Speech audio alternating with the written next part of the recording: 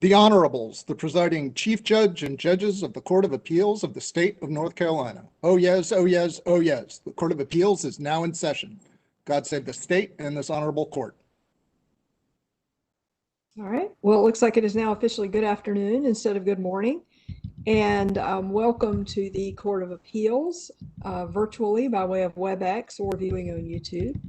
I'm Chief Judge Donna Stroud as head of the panel today, and I am joined by Judge Hunter Murphy on my virtual right and Judge Jefferson Griffin to my virtual left, which is how we normally would sit in the courtroom.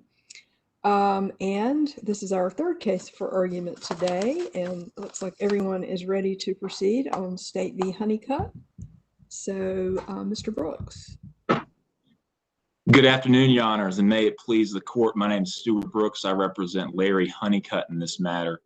I've told Mr. Soar, but I would like to reserve 5 minutes of my time for rebuttal, please. I'll get straight to the point. Mr.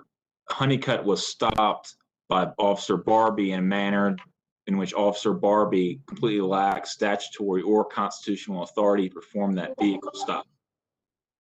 The first issue is whether or not there was evidence that Mr. Huneycutt, when Officer Barbie stopped him, was engaging in activity or engaging in an operation that would be immediately subsequent to an attempt to capture, kill, pursue, hunt, or otherwise reduce to possession wildlife resources. And it becomes a sort of we have to get into the statute that defines whether or not Officer Barbie was engaging in this activity. First, NCGS 113-136 generally defines the roles of the wildlife protectors and what they can and cannot do in terms of their investigatory authority. And in order to perform a stop of a person, a wildlife resource officer must believe that that person is engaging under 136F, or I'm sorry, 136F, engaging in activity regulated by the statutes. And Mr. Huneycutt simply was not doing that when he was stopped. Officer Barbie performed an investigation, saw Mr. Huneycutt's vehicle, or a vehicle he thought was Mr. Huneycutt's, and simply saw Mr. Huneycutt coming from the woods. He did not see Mr. Huneycutt with a gun. He did not see Mr. Huneycutt with any type of wild animals. He did not see Mr. Huneycutt doing anything that would have been evidence that he was hunting, and Mr. Huneycutt did not say anything about whether he was hunting. I'm not arguing that officers and wildlife resource officers cannot use their common sense and good judgment in making stops, but in this particular case, on this record, there's not sufficient evidence that Mr. Huneycutt was doing anything first regulated by the wildlife resources statutes or unlawful. I'd like to just address these in turn, and I think that it's exemplary to define engaging by pointing out things that Mr. Huneycutt was not doing. Mr. Huneycutt was not seen coming out of the woods with a firearm that's discussed in the brief. He was not seen coming out of the woods with any type of animal. He was not seen coming out of the woods with any type of instrumentality of hunting. He was not seen coming out of the woods putting any type of hunting instruments in his vehicle, any animals in his vehicle. He simply got back into his vehicle and started driving away. When we talk about engaging in regulated activity, it's important to. Yes, sir. So if I just leave all my stuff in the woods and walk out to a vehicle in an area that's known, where hunters go, regularly used by hunters in that area, history of that. If I just leave all my stuff in the woods, if I take my rifle or bow or whatever weapon I choose, a knife, and I just leave it in the woods, but I still walk out of the vehicle, you're arguing that I should not be questioned on that by a protector? Your Honor, I think that when you get to that, whether in your hypothetical, whether or not a person who just leaves firearms in the woods, I think perhaps an officer could reasonably conclude that's certainly a closer case that you are engaging in operations either during, immediately preparatory, or immediately subsequent to an attempt to take game. But I think that the statutes explicitly require an attempt or at least suspicion of an attempt for a person to be suspected of hunting in order for a protector to stop him or her. So I think in your hypothetical, that's certainly a closer case. I think that in a case where Mr. Huneycutt was actually observed doing something that would have been associated with hunting, including having a firearm, including perhaps carrying some type of animal, sure, those could be, I think, a closer call in terms of whether or not he's engaging in some type of operation according to the statute that would be immediately subsequent to an attempt to take or reduce an animal to his possession, if that answers your question, Your Honor. So I'm just saying that if I'm in the woods hunting, got a weapon, I'll leave it in the woods. Is that not comparable to the stop here? If I came out of the woods and he's going to the vehicle, I mean, what if he left something in there? You're arguing that there's no sign of hunting here by him not having a weapon coming out of the woods.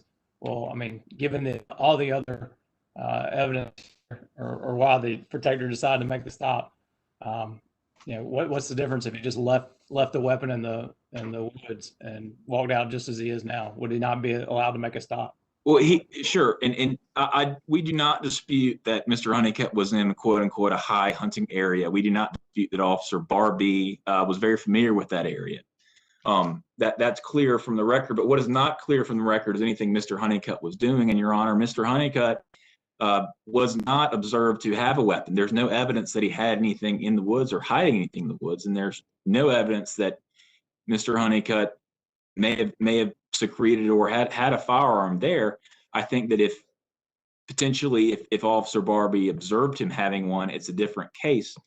I think this really gets down to whether or not we have an operation immediately subsequent to an attempt to take an animal, as those terms are defined by state law, and argue they're just not present here. It becomes, I think, also difficult to draw a distinction between what is and is not engaging, as that term is defined by law, in an operation immediately subsequent to attempt to take an animal. When we look at this stop in this case, Officer Barbie stopped Mr. Huneycutt after observing him come out of the woods, or observing, as he said, a figure of a man come out of the woods with no discernible weapon and no discernible animal, and didn't put anything into his vehicle. When we look at immediately subsequent to it, I think it's difficult from an analytical perspective to define the contours of what is and is not immediately subsequent to an attempt, and what is and is not engaging in that regulated activity. I'd argue to Your Honors that certainly Mr. Huneycutt driving away, he is no longer engaging, as the statute explicitly requires, engaging in regulated activity.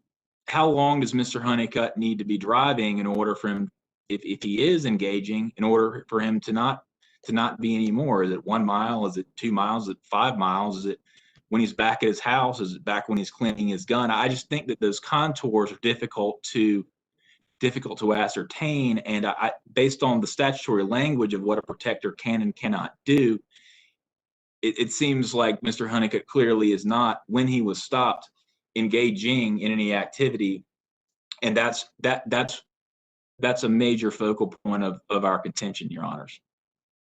Mr. Brooks, is the heart of the contention, once he got into the vehicle and got back onto the roadway, that at that point he's no longer engaging, or are you trying to argue that those other activities before he got in the car and started driving off were no longer engaging? I'm arguing to Your Honor that there is no evidence that he was ever engaging in regulated activity. Certainly not engaging certainly there's no evidence in the record that Officer Barbie observed him engaging in any activity. You know, we can talk about whether or not if Officer Barbie perhaps would have observed, like I said, or gone closer to the vehicle, seen Mr. Huneycutt coming out with some type of instrumentality of hunting, perhaps that's a closer case. But Officer Barbie was sitting there basically staking out Mr. Honeycutt's vehicle for the period of time that he described. I'd argue to you that based on that, and based on also Officer Barbie not hearing any gunshots, not seeing anything that would have been an attempt to take an animal, I'd argue at that point there simply is not evidence that the statutory framework or the statutory requirements were met for Officer Barbie to make this vehicle stop. There are plenty of scenarios that I can certainly think of that would make it more likely that Officer Barbie had the requisite suspicion. But again, I would probably take the position that he still wouldn't, even if Officer Barbie observed Mr. Huneycutt coming out, again, with some type of instrumentality of hunting. That's a closer case, but in this case, he didn't. He simply observed Mr. Huneycutt coming out of the woods in an area where he knew it was a high hunting area. He knew there were deer stands around the area. But I'd argue to you that based on the statutory requirement that Mr. Huneycutt be engaging, and I cannot emphasize that enough, and I know your honors know that, engaging present tense in hunting before he stopped, I think that he's not when he stopped. And I think that perhaps when we get to an analysis of whether or not, when Mr. Huneycutt may have stopped engaging, I think that's not a decision that this court has to make right now. But I think clearly on these facts, there doesn't seem to be a way to reasonably conclude that Mr. Huneycutt was engaging in the activity when he stopped. Does that answer your question, Your Honor? Thank you. Now, one thing you keep and focus on this a little bit in the briefs about not hearing gunshot or anything. My understanding is there's other ways that somebody could be lawfully engaged in hunting activities without the use of a firearm or at least without the use of a gun out there during the season, correct? It could include crossbows and other non-firearm, typical firearm devices. Sure. Right? I would agree with that, Your Honor. And the definition of to take is an attempt, whether successful or not, to capture, kill, pursue, or hunt, or otherwise reduce to possession of wildlife resources. So that's exactly right. I think that perhaps if Officer Barbie would have seen maybe Mr. Huneycutt with some type of trapping equipment or some type of other evidence that he was pursuing animals, that may be a different case, but that's just simply not present. All the record reflects is that Mr. Huneycutt came out of the wood line and went into his vehicle. And none of these other reports that the officer had regarding the vehicle, or the officers had regarding the vehicle or Mr. Huneycutt, there's nothing as to the timing of those, correct? At all put in at the motion to suppress hearing? Yes, sir. My understanding of the record is that those reports were made sometime between when Officer Barbie became a wildlife officer around the time of 2011 and the time of the stop in late 2017.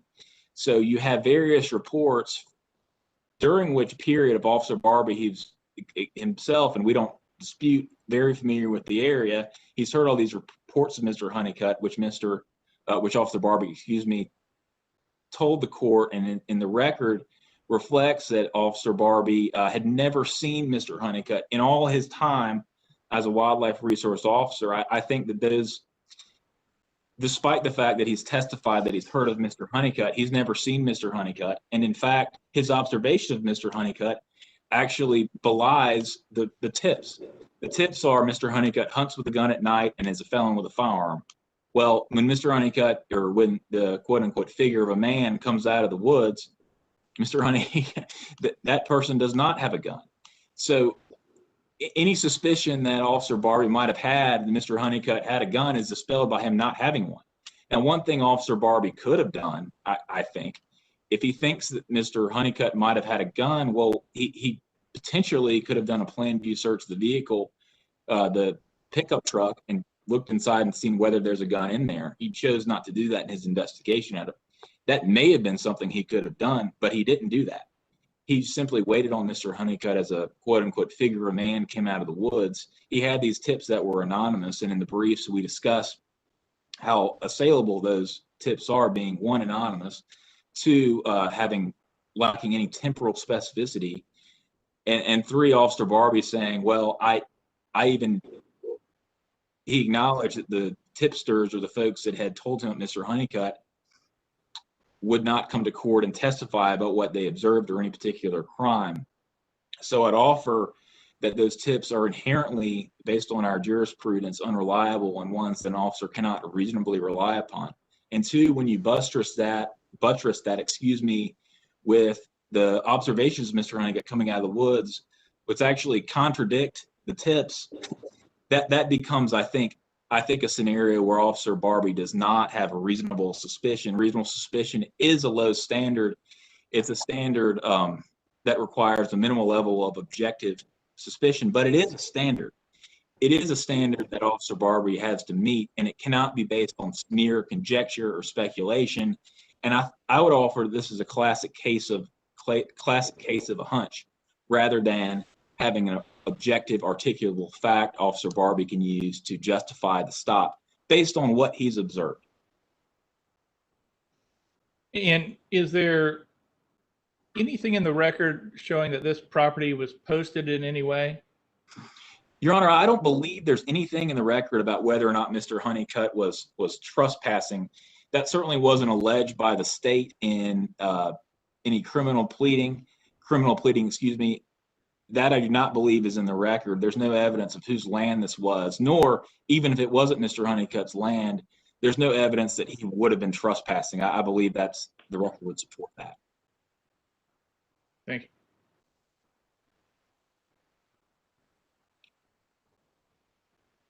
Moving on, I would just offer, I think that the state can argue several different avenues that would justify the search or justify the stop, and each one is deficient. I think the state clearly cannot contend that Mr. Huneycutt was engaging in regulated activity when he stopped. There is a carve out that I'd like to discuss I say carve out.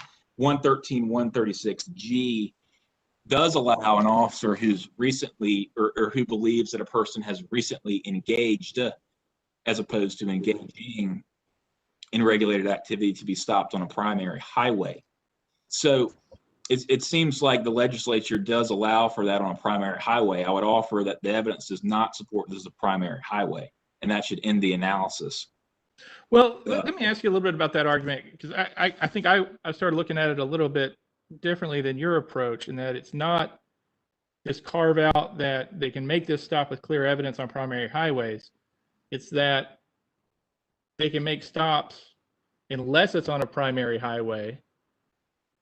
And if it's on a primary highway, they can still make a stop if they have clear evidence. So to me, it suggests that there's not a clear evidence standard for a stop that's not a primary highway. Even so, I do think I understand that approach, Your Honor. I would argue that either way, there isn't the requisite level of suspicion. What would the level of suspicion be there if it doesn't have to be this clear evidence under G, which I think is a legislative decision that is going to have this higher standard on primary highways? What is this standard? Does it go back to F, and is this reasonable belief if they're not on a primary highway? I offer to Your Honor that clear evidence means more than reasonable belief. I think that that's something that the court can infer from the statutory language. So I think it gets back down to whether or not Officer Barbie actually observed any evidence that Mr. Huneycutt in this case was engaged in an operation that would be immediately subsequent to an attempt to take wild animals or reduce them to possession, as that term is defined in the statute. I think that for this particular if driving home or leaving where you're hunting is not immediately subsequent to engaging in the activity, then what would be? I think immediately subsequent to immediately subsequent to an activity might be operations that can be observed that actually amount to an attempt to take an animal. I don't know, Your Honor, and I understand your point, but I would offer, well, certainly it's not getting into your car and driving away after there's no evidence that there's been an attempt at all, as in this case. And at what point would it no longer be immediately subsequent to? Would it be 1 mile or 2 miles, 5 miles? when he gets home, when he's home cleaning his potentially firearm that he may or may not have had in the case. I just don't know how there's a limiting principle in that instance. I would offer to the court that in order for a protector under our statutory framework to make a stop, he has to have some evidence the person was actually engaging in an attempt to take an animal. That may be just asking them. That may be walking to a hunter in the woods and say, "Hey, are you hunting?" "Yes, here's my hunting license." That certainly could be possible. Officer Barbie certainly could have asked Mr. Huneycutt whether or not he had a hunting license before he was stopped. I know Officer Barbie testified that he had concerns of officer safety. I'm not sure the record reflects exactly how meritorious those arguments are. I respect officer safety, certainly, but it doesn't seem like there's any difference between stopping a vehicle and stopping a person. Certainly the record doesn't reflect whether or not that's appropriate, and the statutes don't seem to provide for any officer safety exception for waiting until a person gets into a vehicle in order to stop him when the officer has no evidence the person is actually engaged in regulated activity as those terms are defined. Is that position, Mr. Brooks, foreclosed by not challenging finding of fact number 7, where the trial court found due to safety reasons and due to not wanting to interrupt lawful hunting, and that's why he was sitting out there? You didn't challenge that finding of fact, if I'm not correct, right? Yes, sir. I didn't challenge that finding of fact, and the trial court did find that's why Officer Barbie did what he did. But I don't think that the trial court's finding of it being officer safety forecloses the legal argument that that's not a basis to stop somebody without statutory authority. That is what the trial court found. But that's a finding of fact, and to the extent it's a legal conclusion, this court can review that de novo. It would be my position on that, Your Honor. Thank you. I've addressed the statutory framework a bit. I know the state's also going to contend that regardless of these statutory authorizations for Officer Barbie to make these stops, he also had reasonable suspicion, and it offered that he does not have that in this case, based just on how the tips on this record are far from tips which this court should accept as reliable for Fourth Amendment purposes. And then, if you have the tips in mind when Officer Barbie is stopping Mr. Huneycutt, you actually have Officer Barbie's observations directly contradict the tips that he's heard of Mr. Huneycutt in these approximately 7 years. One of the tips Officer Barbie testified to was that Mr. Huneycutt hunted at night from his truck with a firearm. Well, he wasn't doing that. One of the tips was he was a felon who hunts at night. Well, there was no observation that he had a firearm. So I would offer that under the strict firearm by felon, whether or not Officer Barbie has reasonable suspicion Mr. Huneycutt is a felon with a firearm, he simply does not, under our jurisprudence for whether or not one a tip is reasonable for an officer to rely on, and two, whether his observations actually corroborate it. They not only don't corroborate the tip, they actually contradict it. And I'd offer that for those reasons, he doesn't have reasonable suspicion, and he doesn't have statutory authority under either prong, I would say, of 136F or G.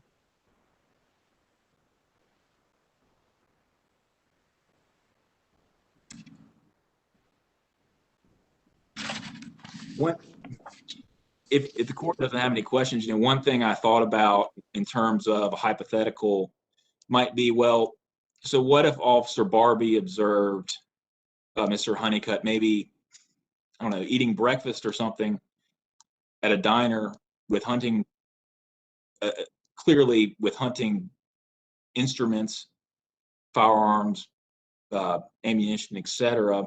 What if he would have observed him doing that, maybe eating breakfast or something? Would that be an operation immediately preparatory to an attempt to take game? And could Officer Barbie go up to Mr. Huneycutt and ask him for his hunting license? In that particular case, I'm just citing that as an example, kind of to to highlight, I think, the statutory requirement that in order for a protector to stop somebody who's hunting or who's suspected of hunting, there has to be more than just a suspicion, more than just having the typical instruments of hunting. There has to actually be an attempt, whether successful or not, as the statute says, to take game. And I think that my humble hypothetical. So your argument is once he gets out of the woods and he's to the vehicle, he's done. He can do. He could have been in there doing whatever he wanted in the woods. Once he gets to the vehicle, that you're not engaged anymore. Is that your point? Not necessarily, Your Honor. I think if there was actually evidence that he was in there hunting, I think that's a different case. I think that's a closer case. My argument is there's not evidence there was anything that Mr. Huneycutt was doing in the woods. That is our contention. I'm not arguing that if Officer Barbie might have actually had evidence Mr. Huneycutt was attempting to take an animal, as those terms are defined. I'm not arguing that this is not a closer case. But on this record, on these facts, I'm not asking this court to fully define the contours of what engaging in regulated activity is. I'm just asking this court to find that this is not on this record. And I didn't know if that hypothetical about Mr. Huneycutt eating breakfast at a diner with anyone else is helpful, but I think that's kind of the reciprocal of this situation. I don't think that Mr. Huneycutt doing anything before hunting is any different than him doing it afterwards. And I think it's difficult to draw a line. I just want to point out, you're in your rebuttal time. I just want to make sure you knew that. I'm sorry about that. If the court doesn't have any more questions, I would cede to Mr. Reynolds and look forward to speaking with you in rebuttal. Thank you very much. Okay. All right, Mr. Reynolds. Thank you, Your Honors. May it please the court, Philip Reynolds on behalf of the state. We can change the facts, but we can't ignore the facts we have. Mr. Brooks started with the statute. I'll start with the same one, 113, 136F, which is what the trial court found along with G was present in order to give the wildlife protector, Officer Barbie here, sufficient authority to stop the defendant. Now, in his brief and in his arguments, he's trying to draw a new bright line test about what hunting is. Now, I'm not a hunter. I like fish, I'm not a hunter. But I know that hunting is a broad activity. It can be done in a lot of different ways, as was pointed out earlier and is pointed out in the statute. And what the statute tells us is that these officers are allowed to temporarily stop an individual they reasonably believe are engaging in a regulated activity. Not that they have to be actually engaging, not that they have to be engaging in that activity illegally, or that there has to be some suspicion of criminal activity, just that they're engaging in that regulated activity. Now, the bright line that the defendant wants to draw seems to be based on a couple of things. The officer's got to go into the woods. He's got to almost see the defendant raise his rifle, pull the trigger, or draw his bow and loose his arrow. And only then is that reasonable suspicion. He's asking you to forget all else and define hunting narrowly in those terms. But we know that all operations, as provided in 113, 130, Section 7, includes more than that. It certainly includes ingress to and egress from, because if it didn't, the legislature wouldn't have provided for that in Section F and 113, 136F, which says, if the person stopped is in a motor vehicle being driven at the time and the inspector or protector in question is also in a motor vehicle, the inspector or protector is required to sound a siren or activate the special lights, etc., which is exactly what happened in this case. Now, under all the scenarios that Mr. Brooks provided you, that officer almost would have to see him, I don't know, hang an animal from the rearview mirror while he's holding a gun, or he'd have to see the defendant actually engaging, firing his rifle from his truck, which is one of the complaints he actually got. That's too narrow of a scope. It doesn't match the definition of engage. to engage. It doesn't match the definition of the officer's authority under F. I mean, clearly, if you're going hunting, you got to get there and you got to come home. And the officer can do things more than just check your license. He can check your game. He can check your gear. And he can do all of those things. It just has to be a reasonable belief. And that reasonable belief, how we test that, is based on the totality of the circumstances. Now, the defendant wants you to focus solely on the fact that he was just coming out of the woods, and that's it. Well, we know that this officer is a very experienced officer, knows this area well. This is a well-known, highly frequented hunting area. He's there often. He stops folks there often to check, to make sure that they're engaging in hunting lawfully. He sees this truck. It's an older model Chevy S10, a white Chevy S10. I believe not, I had that truck all through high school and in college until I moved here to Raleigh. So I know that truck well. It brings back a lot of good memories. But he sees it parked in a spot off of this road where hunters often park. And he knows that because he's seen them there. Mr. Reynolds, are you saying it should be the equivalent in our analysis of a high crime area? Yeah. No, sir, I'm not.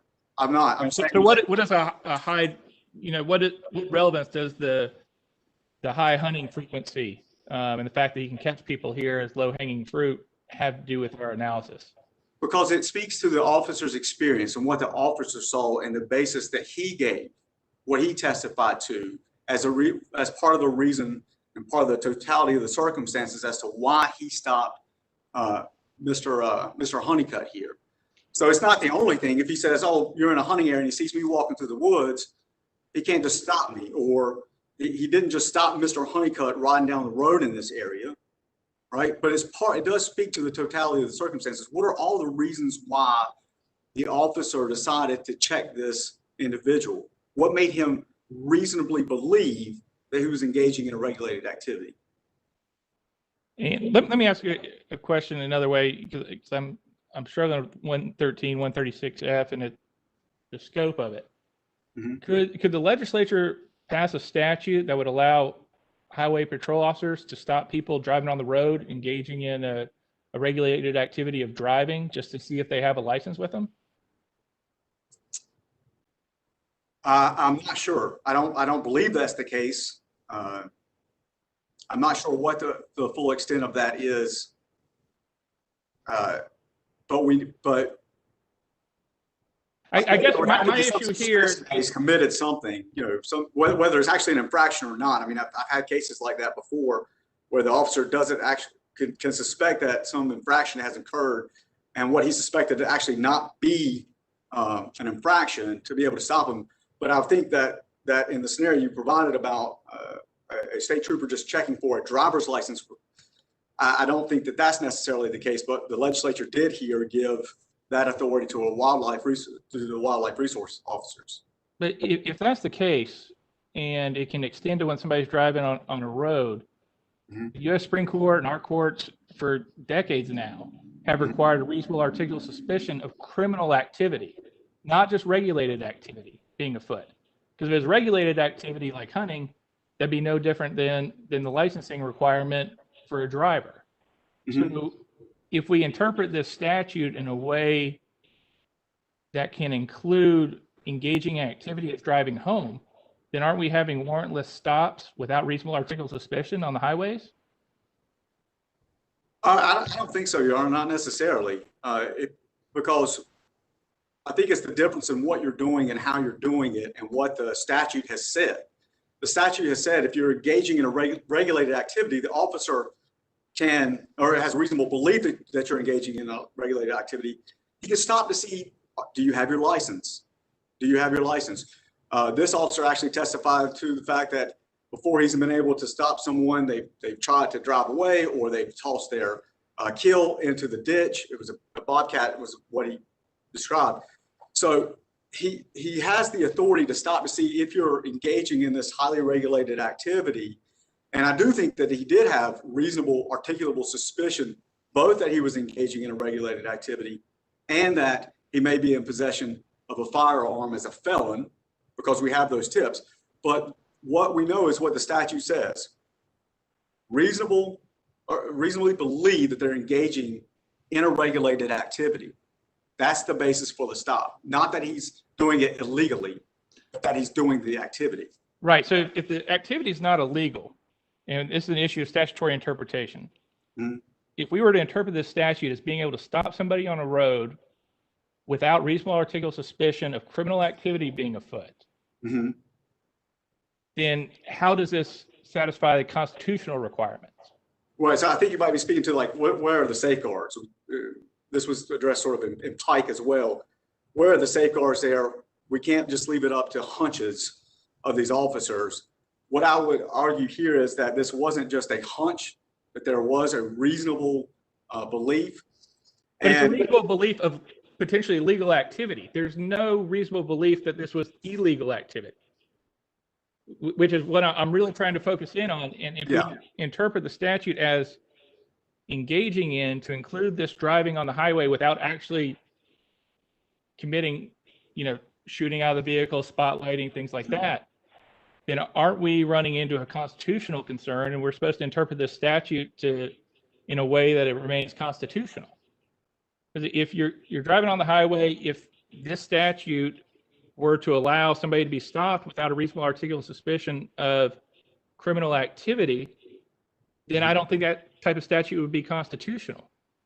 And if that extension of the statute would make the statute unconstitutional, I don't think we should be interpreting it that way.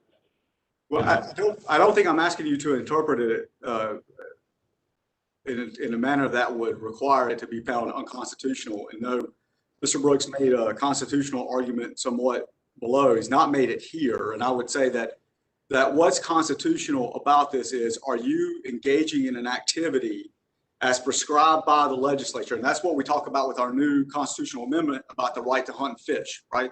It says it sets it out by the parameters of the legislature, what the legislature provides for. What the legislature has provided for here is, if you're going to engage in this activity, then the officer can stop you to see if you're doing it correctly. And they've tried to provide these protections, again, with a reasonable belief. So it's not unconstitutional to say that the officer didn't have to have any suspicion. You could just walk up to someone and stop them. It's what are the suspicions under these circumstances? And is that sufficiently protective of the rights of the individual, the time of the stop, duration, the extent of it, those types of things. And I do want to say one additional thing. While if I may, while the defendant has tried to emphasize both in his brief and in his argument that the defendant didn't say anything, that he didn't say anything. One, I would say that all comes after the stop. So I'm not sure what particular import the court wants to give that argument. But I also say that there's actually no question that he was engaging in hunting, because that was actually included in his motion to suppress as the grounds for it. And that was testified to at trial without objection. So we know that he was in fact hunting. But speaking about whether he has to suspect that there's illegal activity, all I can say is that the statute says reasonable belief to engage in this regulated activity. That's what the General Assembly has provided for, and the safety measures or the indicia of protection to the individual, which I'd also say there's less of an expectation of privacy, which also was in Pike when they're doing these things. But he didn't stop him because he got into the truck. He stopped him after he got into the truck, because before then he believed that he was engaging in that regulated activity. And I also say that he did suspect that he was doing so illegally because of those tips. Now, Mr. Brooks said that there was nothing made that season, but that's not what Officer Barbie testified to. In fact, he said that, I think on page 16 or 9, he said that very season, he had gotten tips about this. All right, let me ask this before we move on to the tips. Are you aware of any cases where we have held a vehicle traffic stop, a warrantless vehicle traffic stop, to be constitutional short of a reasonable articulable suspicion of criminal activity being afoot? I can't say that I am, Your Honor. I can't say that I am. And whether it's this state or federal or anything, allowing to find out about different regulations, anything that you've come across at all in your research? I have actually. I have. I used to represent the Marine Fisheries Commission. As a matter of fact, I'm in the environmental division, and there's a case, and I'll be happy to provide the court a brief after the fact if it would like. But there is a case that the Supreme Court has found that engaging in fishing, not unlike hunting here, I think there's a corollary to make there, is a highly regulated activity. And necessarily because it's highly regulated, there's a lower expectation of privacy. There's been no argument about expectation of privacy. In fact, there's been no argument about Fourth Amendment in this on appeal at all. But I think that the nature of this activity, hunting, is, and I'm sure hunters will be able to tell you this better than I, that it is a highly regulated activity. They regulate the type of game, the season, the instrumentalities, all of those things. So it is highly regulated, and I believe I can find that case for you again if the court would like. I did come across a case that said the expectation is far lower because you're engaging in a highly regulated activity. And do those cases involve that engagement extending to operating a motor vehicle without being actively engaged in the underlying regulated activity? I think this one was maybe in a boat. Obviously, I didn't include it in my brief, so Okay. I won't be able to speak to it specifically. But if you would like, I can provide that to you after the. All right. Thanks, sir. That's what you prefer. And discuss that as a panel. Let me just clarify for you, and I understand there's not been a constitutional challenge to F, but what we have to do is interpret what F means. Certainly. And my concern is in making this interpretation of what is engaging and what's not engaging. If we interpret engaging to include lawfully driving on the road, then that type of interpretation of the statute would put the statute on shaky constitutional grounds. That's the distinction, and I definitely don't think the defendant gets to make a constitutional challenge to this statute on its face, but in terms of the focus of our interpretation, we have to keep that canon of construction in mind. Sure, and again, I'll just point out that he ended up stopping him when he reached his vehicle and pulled off. In fact, he drove a certain distance even after the lights were activated. So I think if we're talking about the argument of engaging, the use of the term in the present participle, and this emphasis that engaging means you have to actually be in the middle of it, an attempt, and that immediately subsequent doesn't include driving away, I don't think it raises constitutionally impermissible interpretation to say that driving away from the hunting area is part of an operation immediately subsequent to. And the reason I point out the F, the second part of F, is because we know that driving away is part of all operations as used in 130, because that's what the legislature has provided for, that exact circumstance. And I'm sorry, Judge Griffin, I thought I saw you trying to get my attention. Yeah, I was gonna say, so if the officer uses his statutory authority or develops reasonable suspicion at the point that, in this scenario, the defendant gets back to the vehicle, I mean, as I recall, there wasn't a whole lot of new stuff that came about to add to his analysis between then and the vehicle stop. So, did he make his decision right there? Did he know he was going to pull him over at the roadside? And does that change anything? He did wait for him to come out, which was actually one of his practices. I don't know that we have to find some kind of a carve out or an exception that allows the officer to wait until an individual comes out of the woods to be able to stop them. But that's I guess I could point to that too. Would be, is there any other profession where everybody you approach is going to be armed? Which is no, they're certainly not. And I think waiting choosing not to go into the woods when there could be legal hunting operations going on, and shots fired, not even at you intentionally, that's a risk. And I think it's prudent and reasonably that the officer made a reasonably prudent decision to wait to engage this individual. He did, whether his concerns were justified about this individual presenting some type of a threat or a danger to him, I think that's within an officer's discretion to say, look, this is a felon hunting with at least one type of firearm. We know that he testified, Officer Barbie testified later at trial, you can't hunt with a muzzle loader, which was in the vehicle as well as his high-powered rifle. But I don't think that destroys his reasonable belief beforehand that this individual had been engaging, including in the act of driving away, in a regulated activity such that he can stop that individual to check for his hunting license.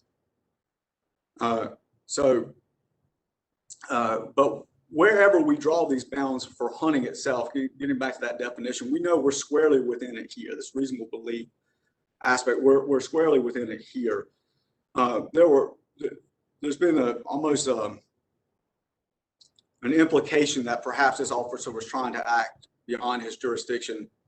I don't think that that's the case. The officer testified both on direct that he had reason to believe that the defendant was engaging in deer hunting.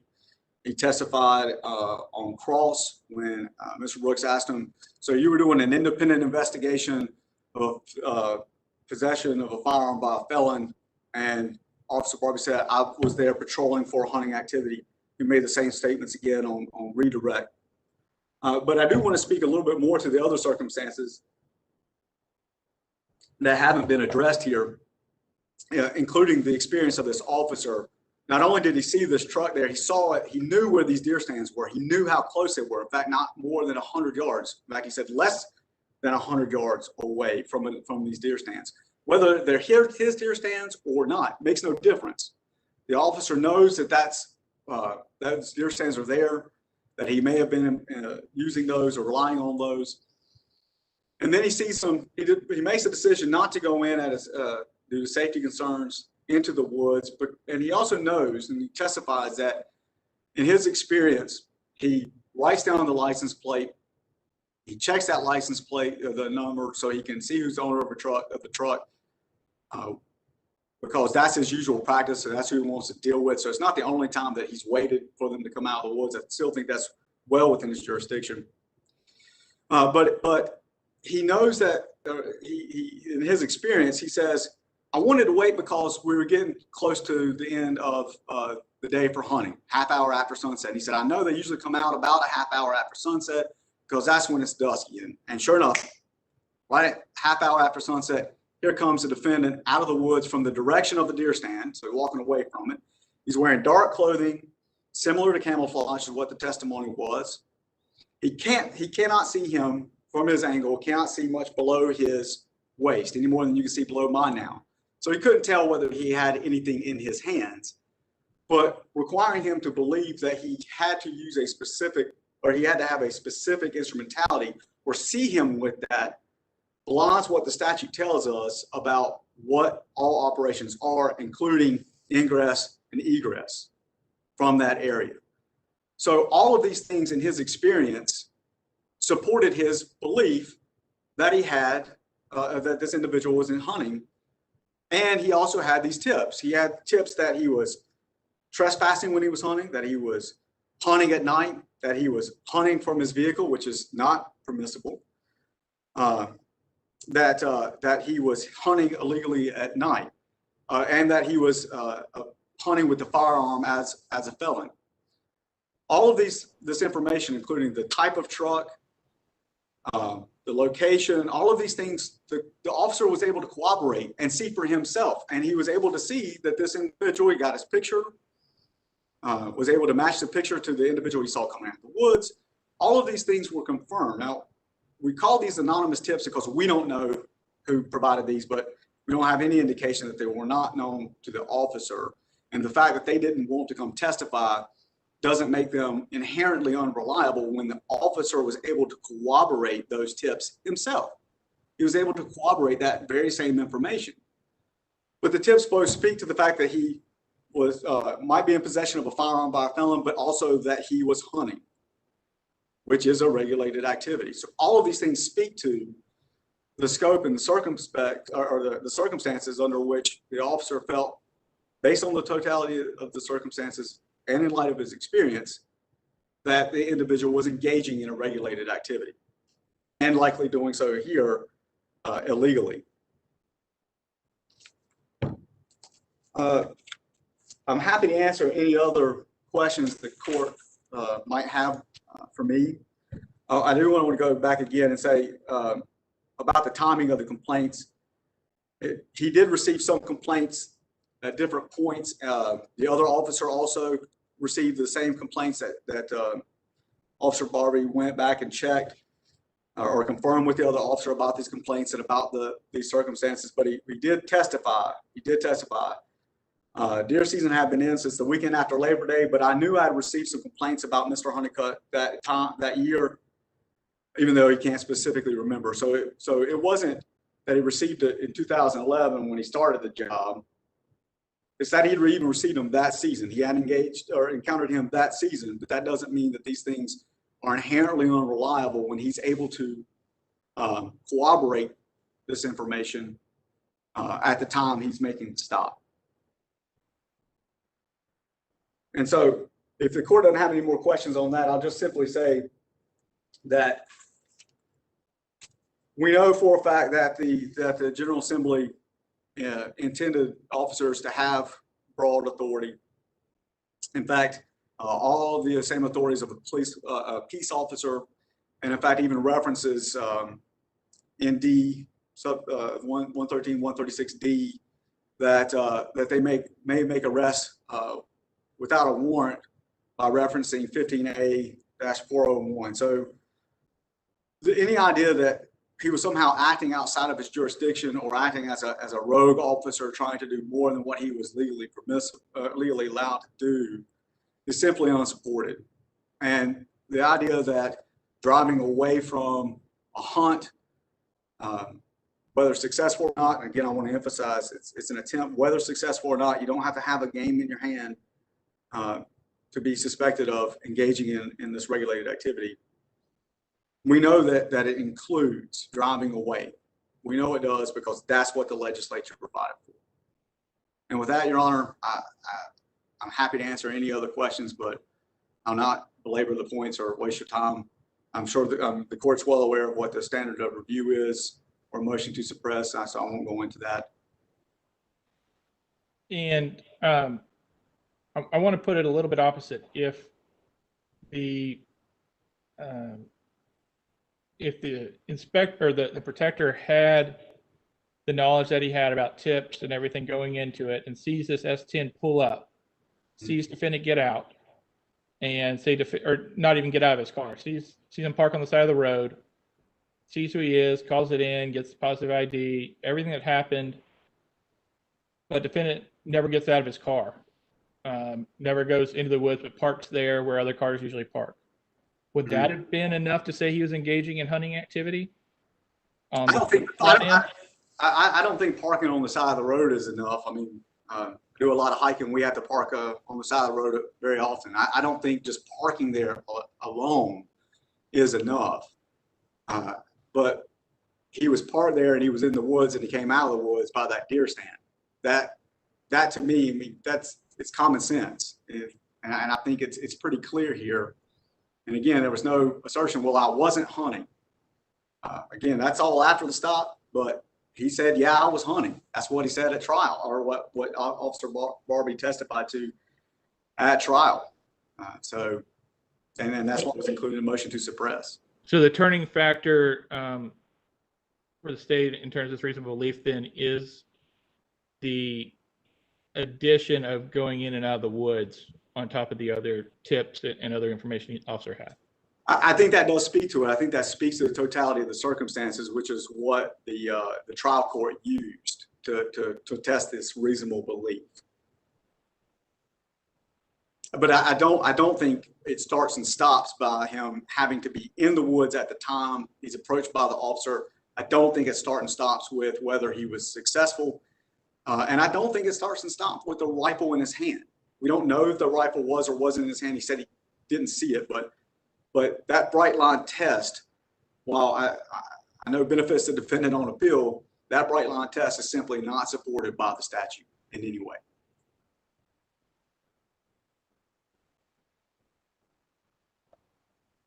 Okay, there are no further questions from the panel.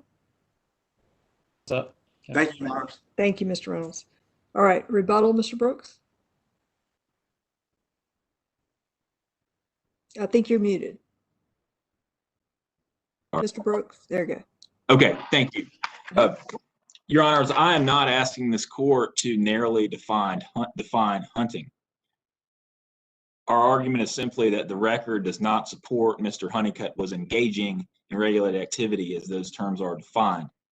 It is not the case that I'm arguing that driving away when there's evidence of hunting as that's defined would not be enough. But I am arguing in this case that Officer Barbie didn't observe anything that would have allowed him to reasonably believe that Mr. Huneycutt was engaging, and I say present participle engaging in regulated activity. It's not enough that he thought that he might have been engaged in the past. Engaging, I think in this case, does not extend to Mr. Huneycutt driving away. I would argue that when Mr. Huneycutt comes out of the woods, he doesn't have to necessarily have a deer on his back or have a gun with him, but there has to be something, some type of instrumentality of hunting, some evidence for Officer Barbie to believe that he is hunting. And in this case, not only is it that Officer Barbie didn't see any of that, Mr. Huneycutt didn't have any of that with him when he gets back into his truck. He didn't have it when he goes away, when he drives away. And I argue that simply the statutes don't allow, in this case, on this record, Mr. Huneycutt to be stopped. And again, I'm not asking this court to draw a bright line necessarily or define the contours of what engaging in regulated activity is. I'm just asking this court to find, I think the record supports that whatever engaging in regulated activity is, whether it's a person saying they're hunting, whether it's a person being observed hunting, whether there's other circumstantial evidence of hunting, in this case, it's not engaging, it's a hunch. Judge Murphy talked a little bit about whether or not this was a high crime area and how analogous this is to a high crime area. I agree that this is a high, perhaps a high hunting area, but I appreciate the distinction the court made between high hunting, a regulated activity, and high crime, a criminal activity. And just like a person in a high crime activity isn't necessarily breaking the law, person in a highly regulated area isn't necessarily engaging in regulated activity unless there's evidence of it. And I think the statutes still require a person to, in order for a person to be stopped, there to be evidence that that person's actually engaging in the activity as the statutes require. That would be the rebuttal, unless the court has any questions. One question, just I'm sorry, just Go ahead. Regarding the record, was there ever any evidence put in during the hearing that when he was talking to dispatch or his other inspectors that defendant did not have a hunting license? Was that ever put in evidence one way or the other? I don't believe so. In fact, I believe, I don't know that that's in the record, Your Honor. And I would offer in response one more point.